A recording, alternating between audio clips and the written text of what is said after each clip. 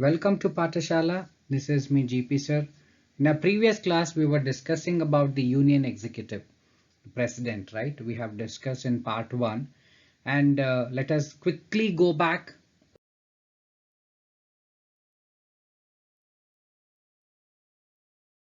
Recap whatever we have discussed. We discussed that he is the first citizen of the state.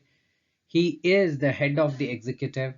Also, we discussed about what are the qualifications required to contest for the election of a president. What's the term of the office? That is maximum of 5 years. When and how he can be removed, what are the procedures, and what are the circumstances, what are the situations where his office will be vacant. And at the same time, what is a mode of election, that is indirect election. So these are the points that we have discussed in part 1. So those who have not visited, please go back to my part 1 video and you can go through the notes. So before I go ahead, let me remind you that whatever the points that you can see on the screen, the same points you can write it for your board examination as well. So those many points are enough. So as it is, whatever you can see on the screen, that you can write it. So now coming back to the part 2. So the president, who will administer the oath to the president? So the Chief Justice of the Supreme Court of India. So whenever the Chief Justice of Supreme Court of India, he takes oath, so president will be administering. So here the vice versa. So whenever the president is taking a oath, so the Supreme Court Chief Justice will be administering the oath. So that you may get as a question. So you may have to remember. So just a short question. So remember that. Who will administer the oath to the president? That is Chief Justice of the Supreme Court. So if there is any query regarding election of the president, if there is any dispute, if there is any misunderstanding, yes, of course, that can be questioned in the Supreme Court. Since it is a central government, it's a national-wide election, right? So to maintain that dignity, you can question only in the Supreme Court. So that is if there is any election dispute. Most important question. So this question you may get it in section B, 3 plus 3 plus 4. I hope you remember the marking scheme. In that you may get this. So what are the powers and the position of the president? So in that case, you have to understand it is the first and foremost important thing is executive powers. So the name itself says that executive means to implement, to execute the powers. What are those? We all know that the president is a nominal head of the state. However, all the powers are vested in the hands of the prime minister. So whatever the decisions or law or order passed by the prime minister, that will be issued in the name of the president itself. Okay. For example, in your school, you might have seen any credit, any applause or any appreciation that goes to the principal itself. Any teacher, whatever they do, finally it goes to the principal. So as I said, the president is the head of the state. Obviously, whatever the decisions that are taken by the cabinet ministers, council ministers, prime ministers, everything, all those orders are issued in the name of the president. So why that we will know. So when we study this, you will get to know. So he will also appoint the prime minister. At the same time, he in the sense president will also appoint the prime minister. At the same time, president will also appoint other ministers on the recommendation of prime minister. So once the government is formed, the prime minister will make a list who all should supposed to be the cabinet minister, council ministers and all those things. So once that list is prepared, and he will be submitting to the president, and president will sign. That is called as assent. So president will approve. So that is nothing but the second foremost important thing that you have to remember is president will appoint the prime minister. President will also appoint the other ministers on the recommendation of the prime minister. Prime minister will recommend on all other ministers. Next, he will also appoint other dignitaries, other great personalities of the country, that is Attorney General. So Attorney General will be the legal advisor of the country. Okay, anything that has to be legally advised to the president or the prime minister or to the government, He's called as Attorney General. So President will be appointing Attorney General, at the same time Auditor General of India, who will take care of the financial transactions of the country. He will also appoint the Supreme Court judges along with the High Court judges along with the Chief Justice. Okay, so probably in the judiciary you might have discussed this, that President will appoint the Chief Justice and other judges of Supreme Court and the High Court. He will also appoint the governors of the states. So various states, they will have governors. So governors are appointed by the President along with the ambassadors. Okay. When I say ambassadors, it could be the representatives of India. He will also appoint Chief Election Commissioner. Probably you might have studied in 9th standard. Chief Election Commissioner, one who takes care of elections in India. Okay, even Chief Election Commissioner is appointed by the President of India. And also all other union territories, like it could be Delhi, Jammu and Kashmir, Pondicherry, Andaman Nicobar. So all those union territories shall be administered by the President. So although there will be in charge, it will be under the control of President. That is why it is called as union territories. So these are the most important executive powers of the President that you have to remember. So if they ask you for 3 marks, write any 4 points. So 1 point extra always to be on a safer side. Okay, so that is all about the executive powers. Moving on to the next. Military powers. You have to remember, President is the supreme commander of the defense force. Whatever we have, the Navy, Army and Air Force. So for all those three, President will be the head. So President is a commander. So that you have to remember for the defense force. And he has all the powers to declare war against any other country in the world or to make a peace treaty.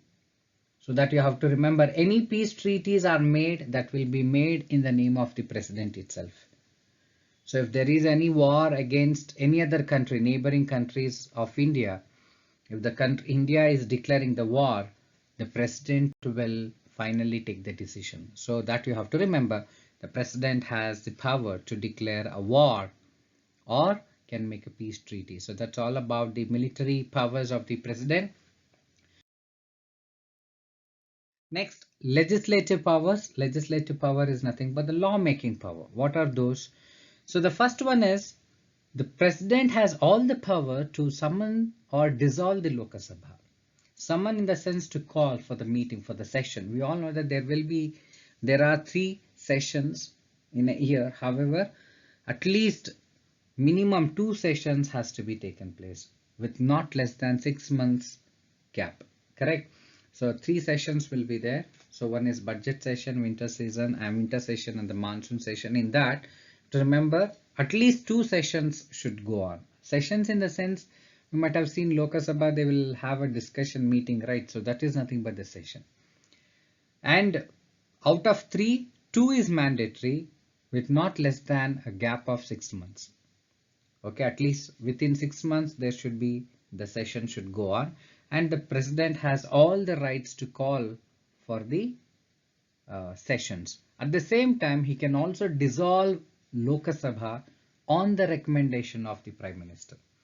Sometimes if there is no confidence, okay, if the no confidence motion is failed against the ruling government, finally the Prime Minister will request or he will recommend for the dissolving the government or the Lok Sabha, then President will approve. So that also in the name of President only.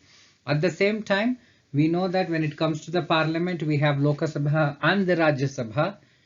In the Rajya Sabha, there are 12 members who will be nominated by the President, who are well-versed personalities in the field of, it could be the culture or cinema, sports, art, architecture, literature. So those 12 members, okay, any 12 members will be nominated, that you have to be very, that's a key word. You cannot write will be elected by the President. They are nominated by the President. So that you have to remember. So I forgot use a highlighter, so probably it will be helpful for you people. So nominate is the word that you people have to remember. So nominate, okay. And at the same time, when it comes to Lok Sabha, there are two members who can be nominated by the president, and those two members has to be Anglo-Indians. That you have to remember. Okay, why only Anglo-Indians? To provide equality. That's all. Okay, at the same time, he may assent to the bill or he may reject. Assent in the sense he may approve. Okay, anything. So you have to understand the procedure. So in the Lok Sabha, any bill is nothing but the law. Okay, so before that we call it as a bill. So that has to be approved in Lok Sabha with the 2/3 of the majority. Most of the time it will be approved because majority, when you get majority only, you can form the government. After Lok Sabha passes, it goes to the Rajya Sabha. Sometimes it is not so easy to get through Rajya Sabha. Even after Rajya Sabha passes any bill, finally it goes to the President of India. There, President can accept it or reject it to reconsider it. Sometimes President may not be happy. He may need more clarification, or he may not feel that that bill is favorable to the people. So at that time, President has all the rights to reject it. Okay, so that is what, including the state bills. State bill in the sense, sometimes states also, they wanted to form a different districts. They wanted to rename the few districts. Okay, at that time, imagine in those days, Mumbai used to call it as Bombay. So that was rechanged. Okay, it is no more Calcutta, it is Kolkata. And no more Bangalore, it is Bengaluru. No more Pondicherry, it's Puducherry. No more Madras, Chennai. So those things, states will take an decision on that. And once they wanted to change it, they will send a recommendation to the governor. Governor may approve it, or governor of that particular state can send it to the president. I hope I'm clear. The state legislature, whenever they wanted to take any state bills, okay, changing of the district names or forming a new district. So those things, state legislature also, there will be a majority and they will send it to the governor. Sometimes governor may not approve. He will send it to the president. So president has all the rights either to accept it or to reject the state bills as well. And you have to remember, no bill can become a law without an approval of the president.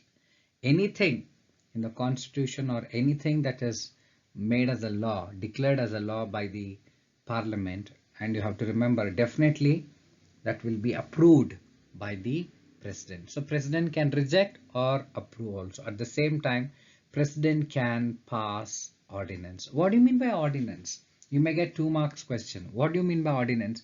Ordinance, imagine Lok Sabha is not, there is no session at that time, or the government is not there. The Lok Sabha is dissolved, or there is no session. So at that time, there is an immediate law that has to be taken. There should be a law that has to be passed. We all know that anything before it becomes a law that has to be passed in Lok Sabha and the Rajya Sabha. Now Lok Sabha session is not there.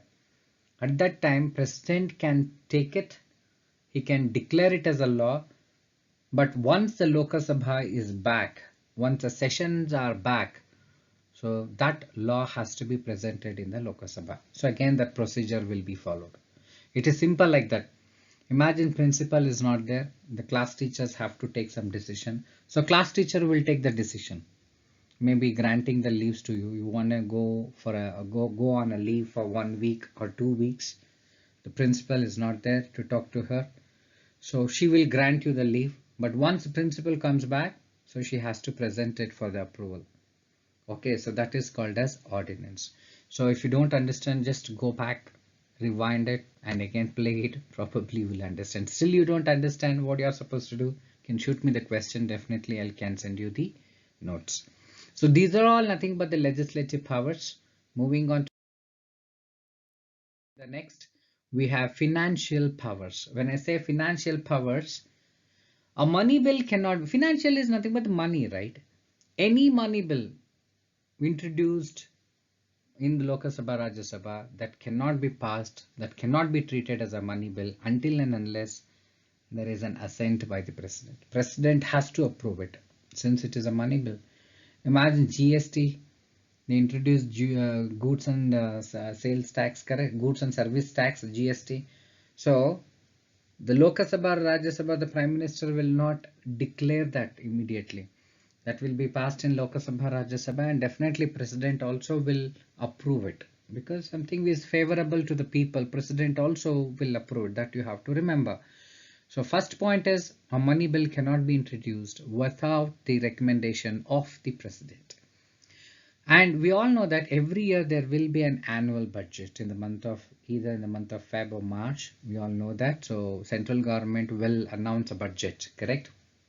So when there is a budget, and definitely that will be presented by the finance minister on behalf of the president. Of course, all the pre-discussions will be done with the president. President also will approve. Then only the finance minister will read out the budget. Okay, budget is nothing but the calculation of income and expenditure for that financial year. We call it as a financial year. So that annual budget is presented by the finance minister on behalf of the president. At the same time, there is something called as, like, imagine we have sales account. I mean, there are so many savings bank account, recurring deposit account, fixed deposit account, where there will be an emergency amount which will be kept, correct, in every family. So likewise, there is a contingency fund. Okay, that contingency fund will be taken care or controlled only by the president, and that will be given complete rights to the president, where he can authorize withdrawal during any emergency, anytime if it is required. For example, imagine last 2 years and all, there was a pandemic due to the COVID, and there was a financial crisis. Maybe to if there is a country under loss, or there is no any sufficient financial aid or financial help at that time, maybe for the medical reason or maybe for anything, there is a money required. At that time, the president can release the money from the contingency fund, and the contingency fund is something like an emergency fund. Okay, so that is controlled by the president. At the same time, he will also appoint the finance commissioner for every 5 years. So once in a 5 year, there will be a change in the finance commissioner. Obviously, the name itself says that. So the finance commission will take care of all the financial transactions of the country. So whether the country is growing, developing in terms of finance, so definitely there is a contribution of the finance commission as well. Okay, I hope I'm very clear. If I'm going too faster or too slow, or if you're not able to understand my language, or if you feel that the points are not so easy to understand, you're most welcome to leave a comment. So at the end, definitely I'm going to revert. So these are all nothing but the financial powers. So moving on to the next, we have judicial powers. So judicial powers are nothing but, I told in the beginning itself, when it comes to the oath, the president will be administered the oath when it comes to the Supreme Court Chief Justice. When it comes to the president, Chief Justice will be administering the oath to the president. So somewhere the president is also equivalent to the Supreme Court Chief Justice and the vice versa. So Chief Justice of Supreme Court is also the highest portfolio in the country. Okay, so the president, he has all the powers to grant pardon or to reduce the punishment given by the Supreme Court.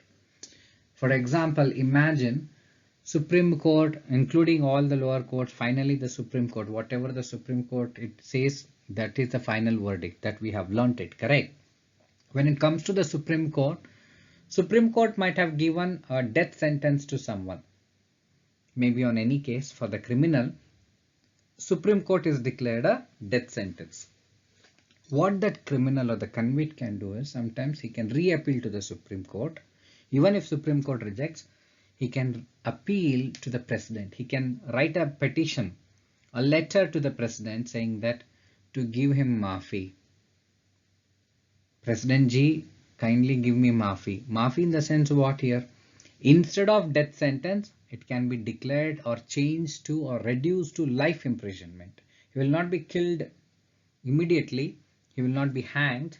So he can be in a jail until he is alive. So that means one way he is alive. So now don't ask me. So instead of being alive till his death in a jail, he can die, no sir.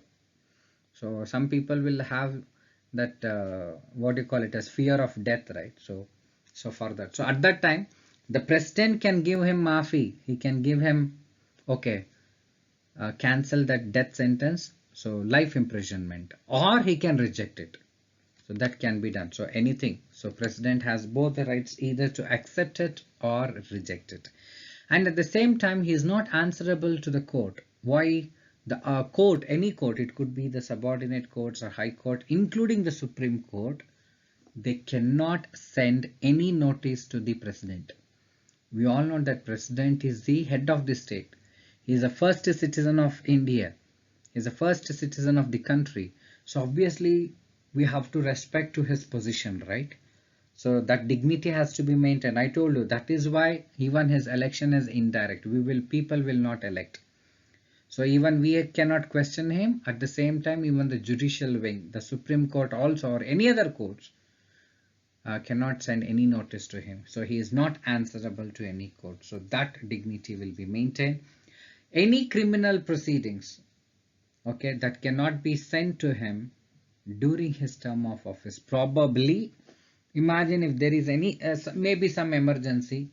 At that time, still he is in power. The president still he is in power. At that time, any court cannot proceed with the legal proceedings. It could be the CBI, CID, or the police department, or any court.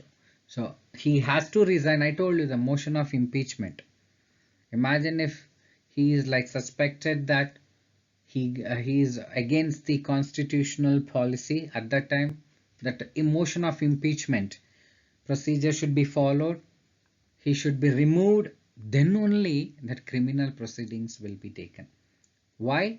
To respect the position, to respect the chair, to respect the dignity of that position. Correct? So being a citizen of India, it is very important for us to respect the president. Correct? Then only if we ourselves don't respect it, do you think other people from other countries will respect it? No. So that is where all these comes under the judicial powers. Okay, so probably can go through the points, children. So these are all very, very easy. The same thing you can write it in your examination. And after this judicial powers, we have emergency powers. That's one of the most important and interesting points. So emergency power is nothing but the president has all the rights to declare national emergency. What do you mean by national emergency? Sometimes if there is a war declared by other countries, okay, there is a war. Imagine now, we all know that about the Ukraine and the Russia. So Ukraine, there was a war against Ukraine by Russia. At that time, Ukraine government president can declare as a national emergency. So at that time, no state governments will be there, no prime ministers or any other ministers. No citizen will have any rights to comment. No press, no media, nothing will be there. Nobody can question the government at that time. If you question, you can be arrested. You can put behind the bars. So that is nothing but the national emergency. Okay, so it could be because of the war or it could be armed rebellion. That means even if there is an internal war also. So at that time, the president is empowered to declare emergency. That is called as national emergency.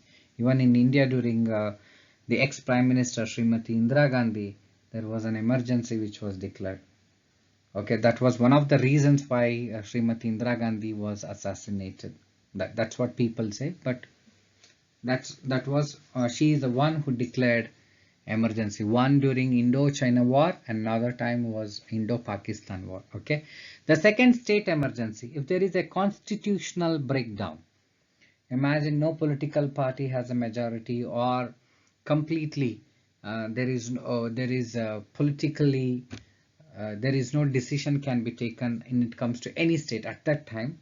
The governor will recommend for the president rule. So that particular state comes under the state, president rule, maybe for a few months. After that, again, there will be an election, a new government will be formed. So that is, and the third one is financial emergency.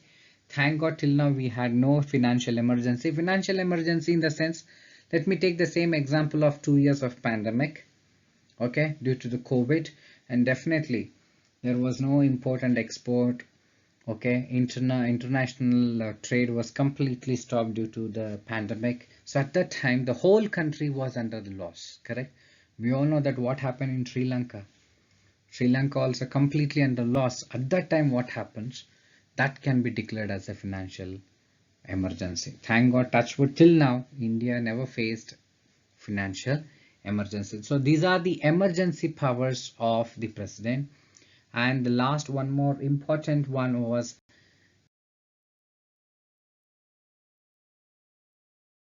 discretionary powers. What do you mean by discretionary? It is nothing but up to him.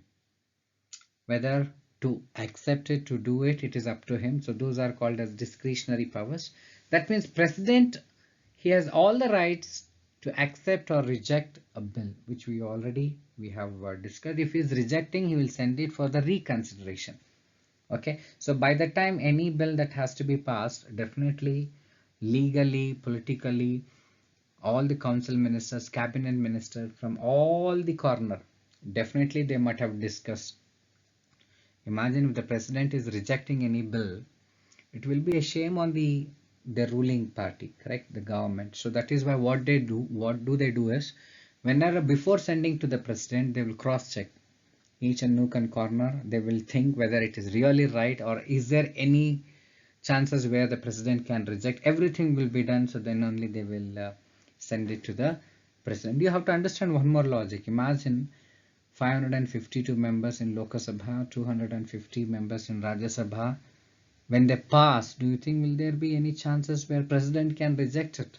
No, right? So next, during no majority after the election, the president can he can appoint anybody as a prime minister. Imagine there is party A and party B. So both have got no majority after the election. So president can select by himself who has to rule. Probably again, if there is no exactly the magic number is matching, someone will be with a good number, right? The majority, definitely that president has a right to call who can form the government. That can be done. When the government loses the support, that is no confidence motion, when there is no majority, at that time he can dissolve the Lok Sabha. Okay, so the government can be dissolved by the president, and definitely that will be on the recommendation of the prime minister. So I hope these are the powers that you have to remember. So please go through all the slides that I have shown you. Can rewind, pause, make a note, take a screenshot of whatever the points, and those points, if you are writing for the board examination, that's more than enough. And anytime, any help, any doubts, please leave a comment. Definitely I'll be there to help you. Okay, so any questions related to this, you can just go back, forward, you can ask me. Okay, so this is GP sir with Pathashala signing off for today. Have a nice day. Take care. Bye bye.